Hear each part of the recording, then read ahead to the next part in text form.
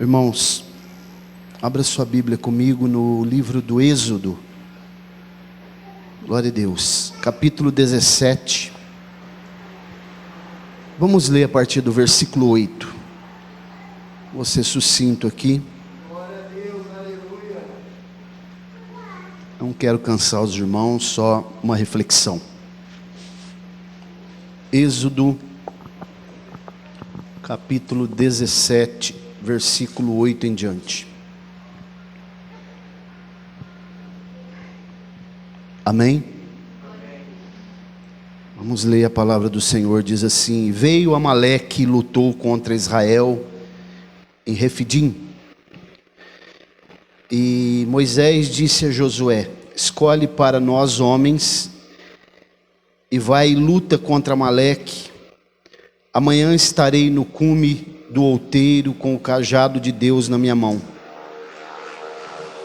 Então Josué fez como Moisés lhe dissera, e lutou contra Amaleque, e Moisés, Arão e Hur subiram ao cume do outeiro.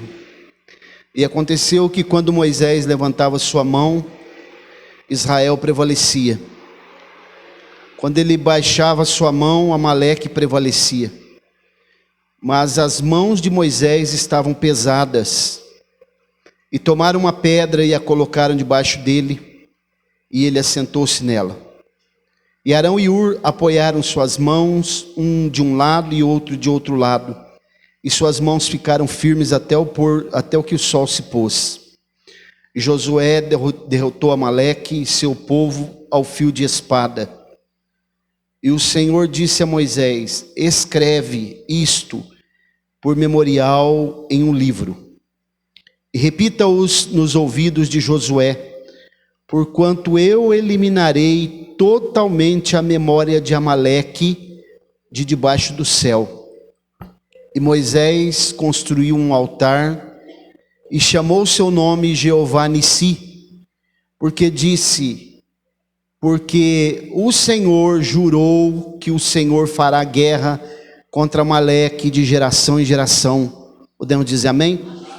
Glória a Deus. Uma passagem bem conhecida, irmãos, aqui de nós que lemos a Bíblia. E esse Amaleque aqui, que é o pai dos amalequitas, quando nós estudamos um pouco mais a fundo a sua história e o seu caráter, nós percebemos dentro da tipologia bíblica que trata-se de um tipo da carne, da nossa natureza caída.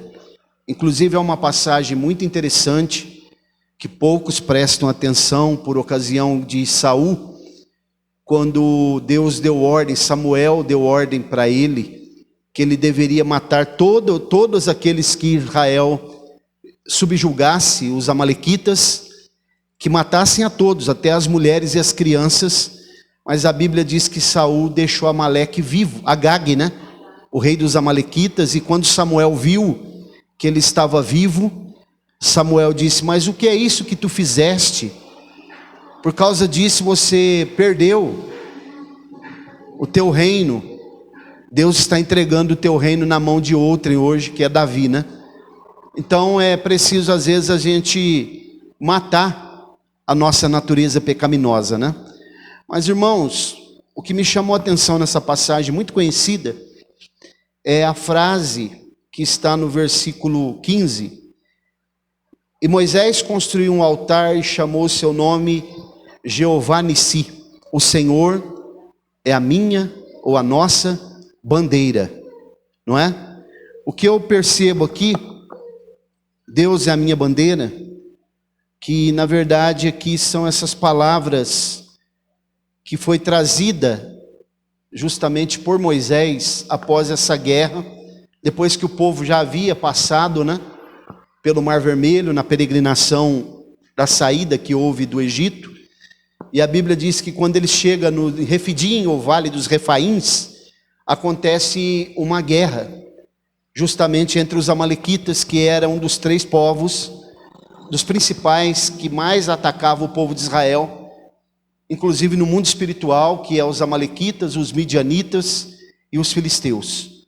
Existiam outros povos também, mas esses três eram inimigos ferrenhos do povo de Deus.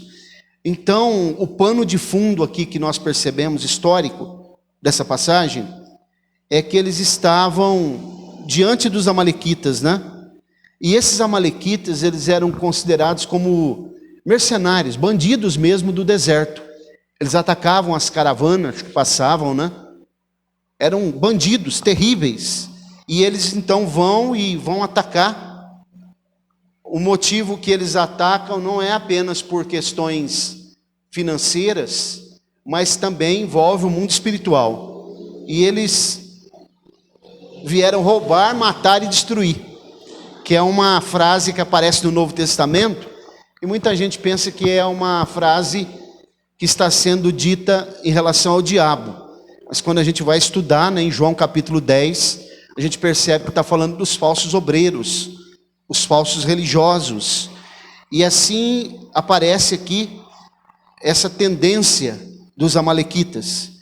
E após acontecer o fato de que Moisés estendia sua mão, enquanto Moisés estendia a mão, a Bíblia diz que prevalecia o povo de Deus. Quando Moisés cansava, Moisés aqui é o líder, e ele baixava sua mão, o inimigo prevalecia. O que significa isso, irmãos, é que nós não podemos deixar prevalecer, né, a nossa natureza caída nunca, que é talvez o nosso maior inimigo, junto com o diabo. Mas aqui há um momento em que Arão e Ur vão tomar uma atitude, vão colocar uma pedra. Moisés se senta sobre essa pedra e eles vão sustentar os braços de Moisés por todo o dia, até o pôr do sol. E a Bíblia diz que Josué vai desbaratar todos os amalequitas, Amaleque e os amalequitas ao fio da espada. Depois dessa vitória, esse pano de fundo aqui é interessante, que eles têm sobre os amalequitas. Então Deus vai dar uma ordem para Moisés: você vai escrever isso no livro, Moisés. Porque, irmãos, nós precisamos prestar muita atenção nas coisas que Deus realiza em nossas vidas. Os irmãos já ouviram falar que tem pessoas que têm diários, e ele vai anotando, né, escrevendo, relatando ali, registrando muitas passagens que acontecem em suas vidas, porque aquilo ali, na verdade, é um memorial para ele. E quando ele quer recapitular alguma coisa da sua biografia, ele olha no seu diário, e quando ele morre, às vezes aquele diário é olhado por outras pessoas, né? E eles vão dizer: tal dia está registrado aqui, aconteceu algo na vida dessa pessoa, mesmo que aquela pessoa já partiu para a eternidade. E às vezes passa tantas coisas na nossa vida, tantos acontecimentos, eu acredito que todos nós aqui já vivenciou tantas coisas e nós deixamos de registrar, né? Às vezes fica registrado na nossa memória, mas como nós temos uma tendência também de esquecer muito rápido, ainda que fique no nosso subconsciente, registrado no arquivo memorial, mas nós esquecemos muitas coisas. Então às vezes é até bom a gente registrar algumas coisas, né? Você tem alguma coisa que Deus já fez na sua vida que você talvez deveria ter registrado? Deus disse para Moisés: registra isso aqui num livro, porque eu vou apagar a memória de Amaleque. Você vai registrar no livro e você vai falar isso novamente aos ouvidos de Josué. Por que Deus queria que isso fosse reverberado aos ouvidos de Josué? Para que Josué não se esquecesse. Moisés não ia conseguir entrar com o povo na terra prometida, mas Josué sim. Então ele está dizendo: você vai falar isso para Josué, para ele memorizar, porque eu vou apagar a memória de Amaleque da história. Olha, irmãos, que coisa fantástica. E quando a gente vai olhando para a Bíblia, para a narrativa bíblica, para a história de Amaleque, nós vamos perceber que num dado momento ele some da história e nunca mais aparece até os dias de hoje, embora nós estejamos relembrando aqui, mas a memória dele foi apagada diante de Deus e diante do povo. Porque Deus, às vezes, irmãos, ele passa algumas borrachas na vida, né? De coisas que acontecem na nossa vida, ou até em algumas pessoas, para que nós possamos seguir adiante. Às vezes é preciso Deus tirar algumas pessoas da nossa caminhada, da nossa vida, para a gente poder recomeçar. Eu falei isso aqui, né, há poucos dias atrás aqui. Então acompanhe comigo aqui, que eu percebo que depois dessa vitória, Moisés vai erigir ali um altar, né, e vai hastear uma bandeira, e isso serve como memorial. O Senhor é a minha bandeira. Isso daqui foi algo tão emblemático, tão marcante, irmã Roberta, que não sei se vocês já perceberam, que quando uma nação, ela subjuga outra nação, isso acontecia muito quando a gente assiste os filmes da Segunda Guerra Mundial, quando os aliados chegavam num determinado momento, num local onde eles conseguiam recobrar, né, ou reconquistar aquele local, imediatamente eles hasteavam a bandeira dos aliados ali, da Grã-Bretanha, ou dos Estados Unidos, ou do Canadá, aquela força que estivesse ali naquele momento, porque isso daqui é uma maneira de relembrar. Qual é o motivo? Por que hastear uma bandeira? O que foi que o Neil Armstrong fez? O primeiro homem que, segundo a história, né, eu tenho um pouco de dúvida, mas vamos supor que ele tenha ido e pisado na lua. O que foi que ele fez? Hasteou a bandeira norte-americana, porque aquilo ali é um marco, uma representação. Os Estados Unidos da América, né, a primeira nação que conseguiu enviar uma nave, uma missão, uma nave tripulada para a lua, e ainda não só circuncidou a lua ali, como aconteceu com as outras Apolos, mas a Apolo 11, ela pousou na lua, segundo a história, né? E ele pisou ali e hasteou aquela bandeira como um marco. Foi exatamente isso que Moisés fez. O Senhor é a nossa bandeira. O que ele estava dizendo quando ele fez isso? Que é um sentimento do coração de que verdadeiramente o Senhor representava eles. E eu pergunto para vocês aqui nessa noite, para todos nós, quem é o nosso representante? Quem é o nosso maior emblema?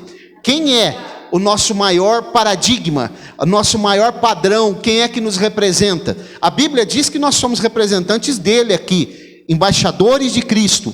Mas quem é que nos representa? Qual é o nosso maior símbolo? Ah, pastor Mauro, meu maior símbolo é a Assembleia de Deus. É claro que nós honramos e amamos o local onde nós congregamos, mas o nosso maior símbolo é o nosso Deus, é o Jeová Nissi, o Senhor e a nossa bandeira. É Ele que nos representa, é Ele que é a nossa maior referência, e nós servimos a Ele com alegria, magnificamos a Ele, exaltamos o seu nome, e sabemos que Ele nos representará em qualquer situação, em qualquer circunstância, em qualquer instância, Ele estará sempre lá nos representando.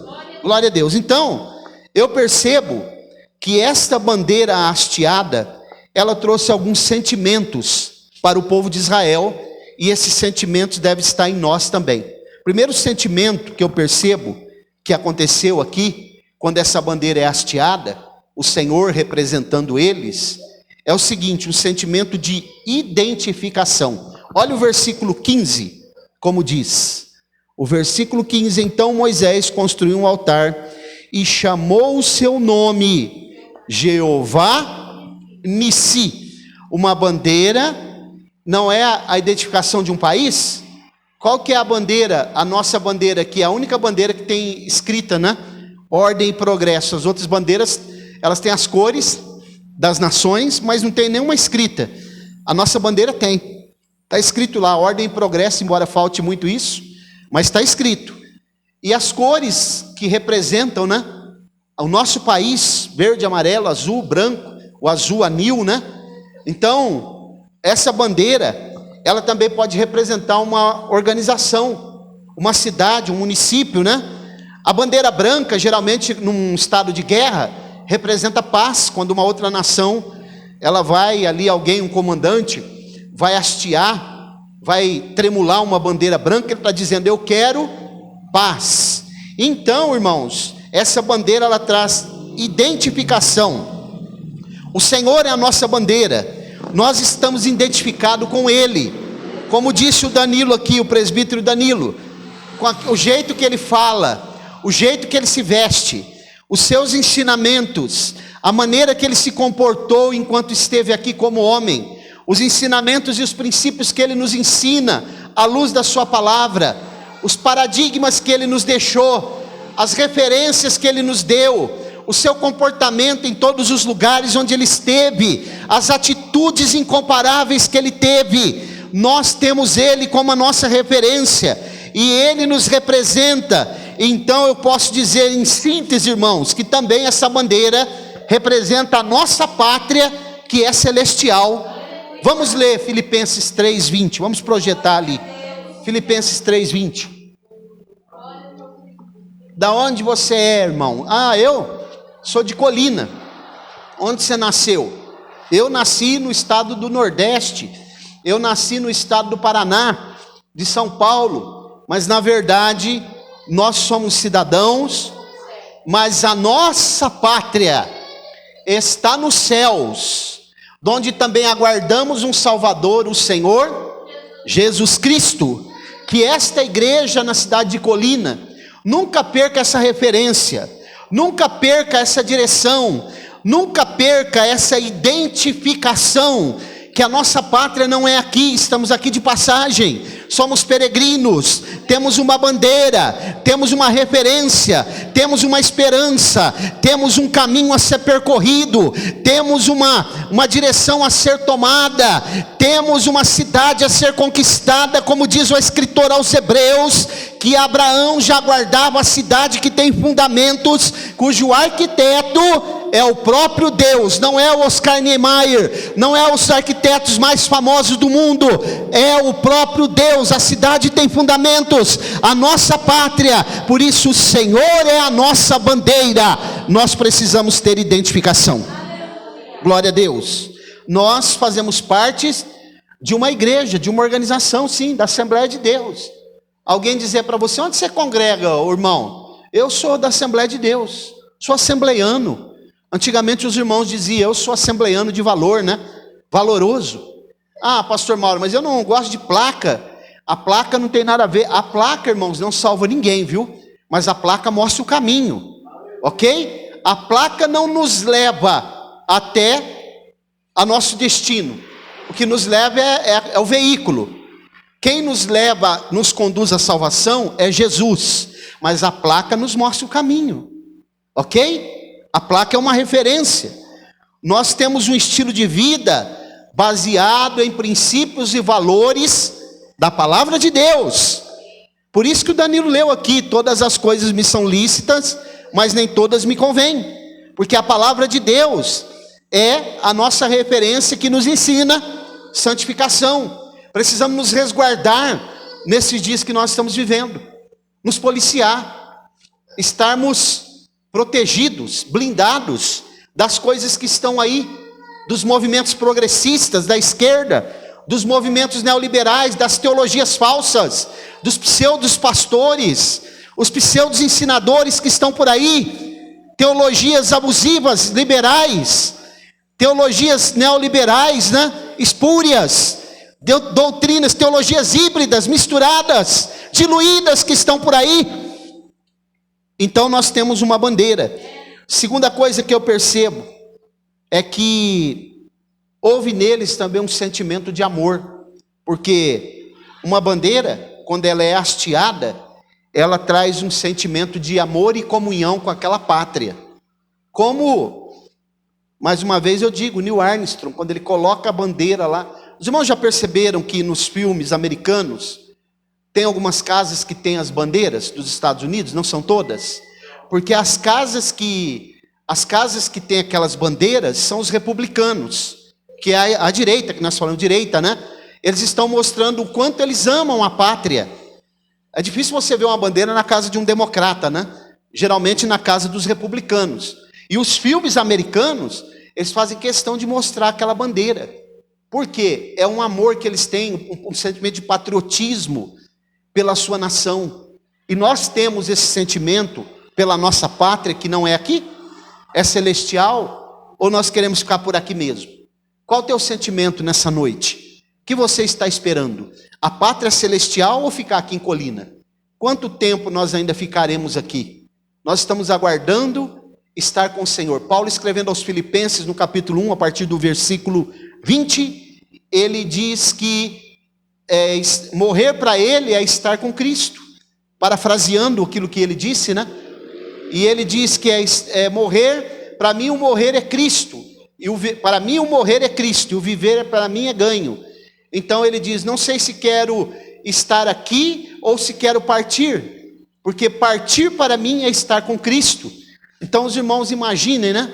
O privilégio daqueles que já partiram salvos com Cristo, já estão aguardando o momento da redenção do corpo, para que o corpo possa se unir ao seu espírito e à sua alma, para estar para sempre numa pátria feliz. Sentimento de amor pela nossa pátria, pelos valores, pelos princípios do céu, por aquilo que nos traz saudade do céu, porque nós viemos de lá, nós não somos daqui, nós faremos parte de uma pátria feliz, de um país feliz, como diz aquele hino antigo, um lindo país, onde a Bíblia diz no Salmo 45, Salmo 48, os palácios da Nova Jerusalém, os palácios, as suas torres, né?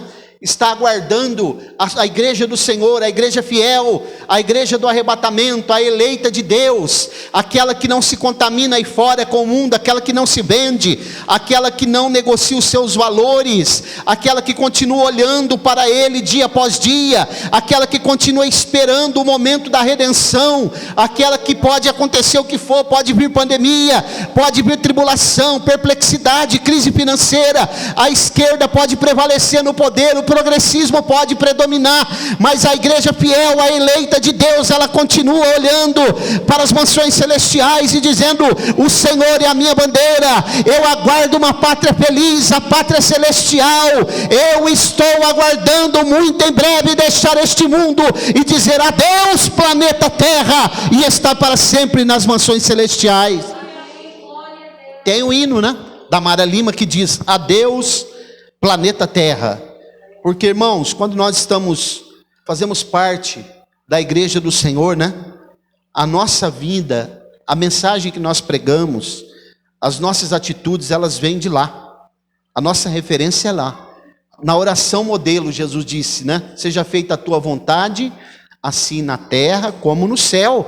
As diretrizes são de lá. Nós somos de lá.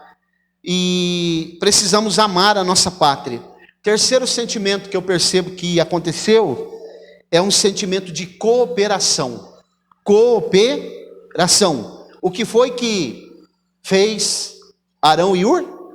Deixou Moisés sozinho. Hã? Não. Colocaram uma pedra, porque eles perceberam que o líder estava extenuado. Ele já não tinha mais forças. As forças já estavam se esvaindo. Exauriu toda a robustez dele, e quando ele levantava a mão, o povo de Deus prevalecia, mas quando ele baixava, os amalequitas prevaleciam. Então houve um sentimento de cooperação, eles levantaram as mãos, né? O povo de Deus, numa guerra, nós estamos numa guerra, irmãos, contra a carne, contra o diabo, contra o movimento progressista, contra as heresias, sabendo que fui posto para a defesa do evangelho. Olha por que tem aquele símbolo, por que tem essa espada aqui no nosso logo, atravessada na transversal? Porque são armas de ataque. Nós não apenas precisamos estar defendendo o evangelho, mas às vezes precisamos atacar as heresias, nunca atacar os hereges, não querer matar os hereges como se fazia no passado, mas vencer através dos argumentos que a palavra de Deus nos dá, as heresias que deturpam as escrituras. Estamos numa guerra, por isso que o apóstolo Judas, ele diz, irmãos, eu precisava, pensando em escrever-vos acerca da fé, da esperança de uma salvação comum, e da fé que uma vez foi dada aos santos, tive por necessidade exortar-vos a batalhar uma vez pela fé que foi dada, porque a necessidade é uma guerra, nós estamos em guerra, e nós não lutamos com armas físicas, não lutamos com caças F-16, nem tampouco com lançadores de míssil, nem tampouco com fuzis. A nossa arma, elas são armas espirituais que estão inseridas, registradas na carta aos Efésios, no capítulo 6. E o apóstolo João diz que todo aquele que é nascido de Deus vence o mundo, e a vitória que vence o mundo é a nossa fé. Então precisa haver na obra de Deus um sentimento de cooperação. O que eu aconselho vocês, daqui uns dias estará um outro pastor aqui. O que vocês precisam fazer? Sentimento de cooperação. Tenham como modelo Arão e Ur. Levantem a mão do seu líder, sejam obedientes, ajudem ele, cooperem. Cooperação, aquele que ajuda a operar. Quem opera é ele, mas vocês ajudarão na operação. Façam isso, porque Deus recompensará vocês. A Bíblia diz que Josué separou, estou indo para o fim, alguns homens para acompanhá-los na batalha, porque a guerra que nós estamos vivendo no âmbito espiritual precisa de adesão, precisa de estar muitas pessoas agregadas.